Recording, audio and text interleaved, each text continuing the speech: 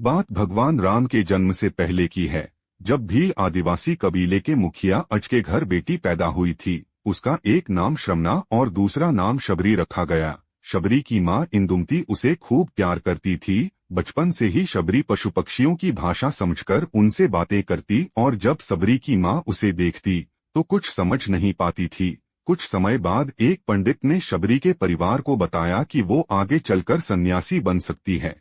इस बात का पता चलते ही शबरी के पिता ने उसका रिश्ता तय कर दिया। जैसे ही शादी का दिन नजदीक आया, शबरी के घर वालों ने खूब सारी बकरियां और अन्य जानवर घर के पास लाकर बांध दिए। एक दिन शबरी का मां जब उसके बाल बना रही थी तो उसने मां से पूछा, इतने सारे जानवर हमारे घर क्यों लाए गए हैं? मां ने जवाब दिया, बेटी तुम्हारा विवाह होने वाला है, इसलिए हम लोगों ने इनका इंतजाम बलि के लिए किया है। तुम्हारी शादी के दिन ही बलि प्रथा होगी और फिर इनसे स्वादिष्ट भोजन बनाकर सबको परोसा जाएगा। यह सब सुनकर शबरी दुखी हो गई।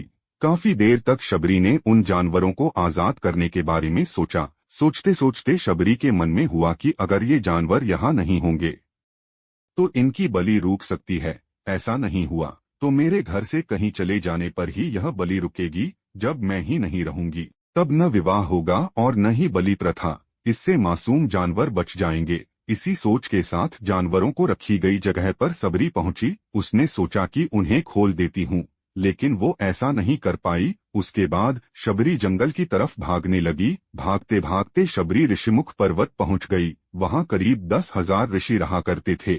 शबरी को लगा कि वो भी इसी जंगल में किसी तरह ऋषिमुनियों की सेवा करके अपना जीवन जी लेगी। वो चुपचाप उसी जंगल में एक हिस्से में किसी तरह से रहने लगी। शबरी रोजाना ऋषिमुनियों की झोपड़ी के आगे झाड़ू लगाती और हवन के लिए लकड़ियां भी लाकर रख देती। ऋषिमुनियों को समझ नहीं आ रहा था कि जंगल में उनके काम अपने आप कैसे हो रहे हैं। एक दिन शबरी को किसी ऋषि ने देख लिया। उसे देखते ही उसका परिचय पूछा। जैसे ही शबरी ने बताया कि वो भी आदिवासी परिवार से संबंध रखती है तो उसे ऋषियों ने खूब डांट लगाई।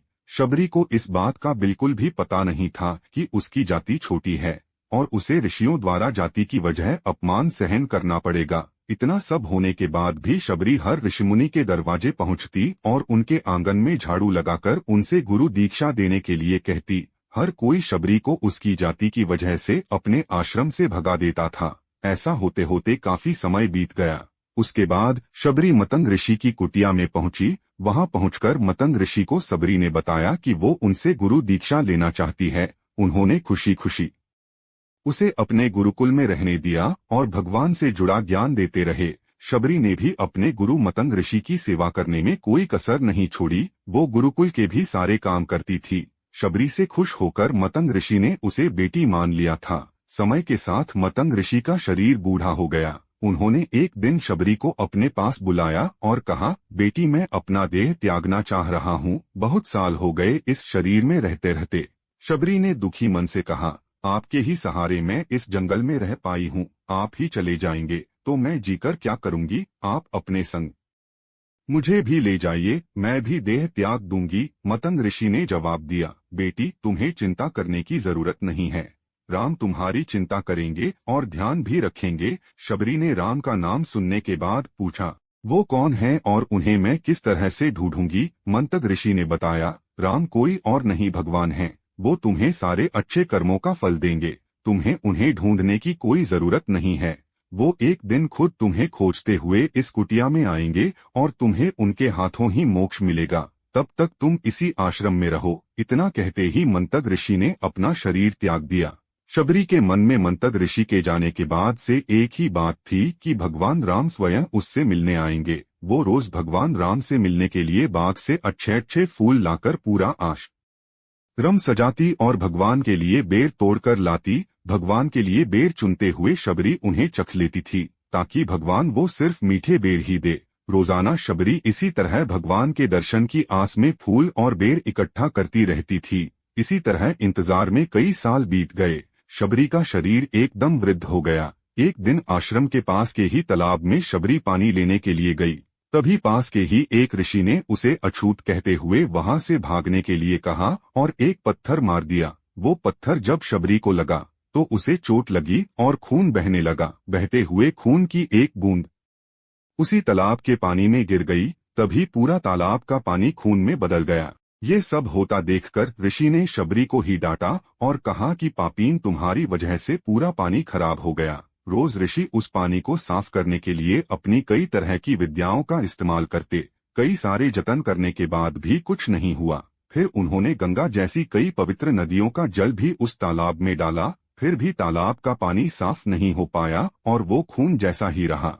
कई सालों तक तालाब के पानी को साफ करने की कोशिश के बाद भी कुछ काम नहीं आया, तो ऋषि ने थककर सब कुछ छोड़ दिया। इस घटना के कई सालों के बाद भगवान राम अपनी पत्नी सीता के हरण के बाद उन्हें ढूंढते हुए उसी तालाब के पास पहुंचे। ऋषि मुनियों ने उन्हें पहचान लिया। भगवान को वहां देखकर ऋषियों ने तालाब का पानी साफ करने के लिए भगवान को अपने पैर उसमें डालने के लिए कहा, लेकिन पानी जैसे का तैसा ही था। ऋषि मुनियों ने भगवान से भी कई अन्य जतन करवाए, लेकिन वो पानी जस का तस खून जैसा ही रहा। तब भगवान ने ऋषियों से पानी के रक्त में बदलने की कहानी पूछी। तब ऋषि ने शबरी को पत्थर मारने वाली सारी बात बता दी। उसके बाद कहा कि वो महिला ही अपवित्र है, छोटी जात की है, इसलिए ये सब हुआ है। उसी वक्त भगवान राम ने कहा, ये सब आप लोगों के खराब वचनों से हुआ है। शबरी को इस तरह के शब्द बोलकर आप लोगों ने उसे नहीं बल्कि मेरे दिल को घायल किया है। इसी घायल दिल के रक्त का प्रतीक यह तालाब का लाल पानी है। आगे भगवान राम बोले, कहा है वो माई, मैं उनसे मिलना चाहता हूँ। तब तक शबरी उसी तालाब के पास पहुँच जाती हैं। इस दौरान शबरी के पैर को ठोकर लगती है और कुछ घूल उस तालाब में गिर जाती है। तभी सारा पानी साफ हो जाता है। भगवान सबसे कहते हैं कि देखिए, आप लोगों ने क्या कुछ नहीं किया, लेकिन पानी साफ नहीं हो पाया। अभी सिर्फ इनके पैर की थोड़ी सी धूल ने ही तालाब का पानी साफ कर दिया। भगवान राम को शबरी पहचान चुकी थी। उन्हें प्रणाम करके शबरी ने कहा, भगवान आप मेरे साथ कुटिया में चलिए। भगवान भी खुशी खुशी शबरी के साथ चल पड़े। फूलों से शबरी ने भगवान राम का स्वागत किया। वो सीधे बेर तोड़ने के लिए बाग गईं और चकचक कर उनके लिए बेर लेकर आई। उन्होंने बड़े ही प्यार से भगवान राम और उनके भाई लक्ष्मण को बेर दिए। भगवान राम ने भी उतने ही प्यार से उन बेर को खाना शुरू किया। तभी बेर देखकर मुंह बनाते हुए लक्ष्मण ने कहा, भैया ये बेर जूठे हैं, इन्हें आप कैसे खा सकते हैं? भगवान ने जवाब दिया, लक्ष्मण ये जूठे नहीं बल्कि बहुत मीठे हैं। शबरी माई हम सबके लिए ये बहुत प्यार से तोड़कर लाई हैं। इतना कहकर भगवान राम प्यार से उन बेर को खाने लगे। भगवान ने जाते हुए शबरी माई से कहा, आप मुझसे जो चाहे वो मांग सकती हैं। शबरी ने उन्हें कहा, मतंग ऋषि के कहने पर मैं आज तक सिर्फ आपके दर्शन करने के लिए जी रही थी। अब आप मुझे मोक्ष प्रदान कीजिए, मैं अपना शरीर आपके सामने ही त्यागूंगी। उसी वक्त शबरी ने अपना शरीर त्याग दिया।